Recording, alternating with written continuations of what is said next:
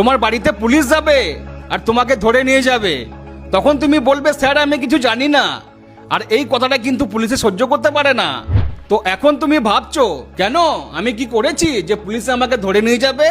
তো তুমি কিছু করনি, কিন্তু তোমার অজান্তে তোমার নামে তৈরি হওয়া সিম কার্ড, সেই সিম কার্ড ব্যবহার করা হয়েছে কোনো বড় সড়ো ক্রাইমে। সেটা হতে পারে কোটি কোটি টাকার স্ক্যামের কাজে, অথবা আমাদের দেশে যে বর্ডারগুলো আছে, তো এক দেশ থেকে অন্য দেশে 2 নাম্বার মাল পাচারে তোমার নামে তৈরি হওয়া সেই সিম কার্ড ব্যবহার করা হয়েছে।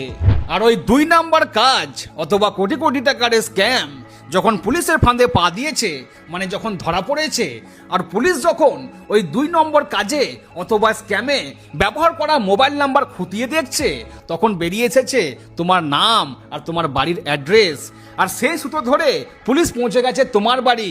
আর তখন তুমি বলছো যে স্যার আমি কিছু জানি না, এই মোবাইল নাম্বার আমার নয়। তখন পুলিশ তোমাকে কি বলছে যে দেখো ভাই, তোমাকে শুধুমাত্র তুলতে এসেছি, যা বলার কোর্টে গিয়ে বলবে, আমাদের সঙ্গে এখন যেতে হবে, আর তোমাকে লড়াই ধরে নিয়ে যাবে থানায়।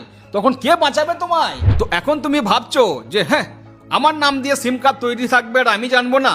আমার নামে তো দুটোই সিম কার্ড আছে, যেটা আমি ইউজ করি। তো একবার মনে করে দেখো যে তুমি সিম কার্ডটা কোথা থেকে কিনেছিলে, আর সিম কার্ড কেনার সময় তুমি কি কি ডকুমেন্টস দিয়েছিলে। আধার কার্ড দিয়েছিলে না? পাসপোর্ট সাইজ ফটো দিয়েছিলে? তো দেখো ভাই, আমাদের দেশে কিন্তু বিভিন্ন এমন দোকান আছে, তারা কি করে যে লোকের documents are passport size photo নিয়ে কিন্তু ডুপ্লিকেট সিম কার্ড বার করে নেয়, আর সেই ডুপ্লিকেট সিম কার্ডকে বিক্রি করে দেয় কড়া দামে যারা ক্রাইমের সঙ্গে যুক্ত থাকে। আর যারা ক্রাইম করে তারা এই কড়া দামে এই সিম কার্ডগুলোকে কিনে নেয় 2 নম্বর কাজ আর স্ক্যাম করার জন্য। তো হতে পারে যে তোমার ডকুমেন্টসে তৈরি হওয়া কোনো সিম কার্ড ক্রাইম করার জন্য এই মুহূর্তে কেউ ব্যবহার করছে। তো কিভাবে জানবে তুমি তোমার নামে কয়টা সিম চলছে এই মার্কেটে? তো ভাই, জানা খুবই সোজা, এই বিপদ থেকে বিপদমুক্ত হওয়া খুবই সোজা। শুধুমাত্র 2 মিনিটের মধ্যে তুমি জানতে পারবে যে এই মুহূর্তে তোমার নামে ঠিক কতগুলো সিম কার্ড রয়েছে। আর চেক করার সময় যদি তুমি দেখো যে তোমার নামে এমন কিছু সিম কার্ড রয়েছে বা নাম্বার রয়েছে যে নাম্বারকে তুমি চেনো না, জানো না, অথচ অ্যাক্টিভ দেখাচ্ছে, তখন কিন্তু সঙ্গে সঙ্গে তুমি সেই নাম্বারটাকে শুধুমাত্র একটা বাটনে প্রেস করে রিপোর্ট করতে পারবে।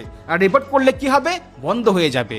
তো দেখো ভাই, আমাদের ভারতীয় সরকারের কিন্তু একটা ডিপার্টমেন্ট আছে, সেখানে কিন্তু আমাদের ভারতবর্ষের সমস্ত টেলিকম ইউজার যারা, মানে আমাদের কিন্তু ইনফরমেশন সেখানে সেভ আছে। তো সেখানে গিয়ে, মানে সেই ডিপার্টমেন্টের যে ওয়েবসাইট আছে, অবশ্যই সেই ওয়েবসাইট আমাদের সরকারি ওয়েবসাইট, লাস্টে gov.in আছে। তো ওই টেলিকম ডিপার্টমেন্টের ওয়েবসাইটে গিয়ে কিন্তু তুমি চেক করতে পারবে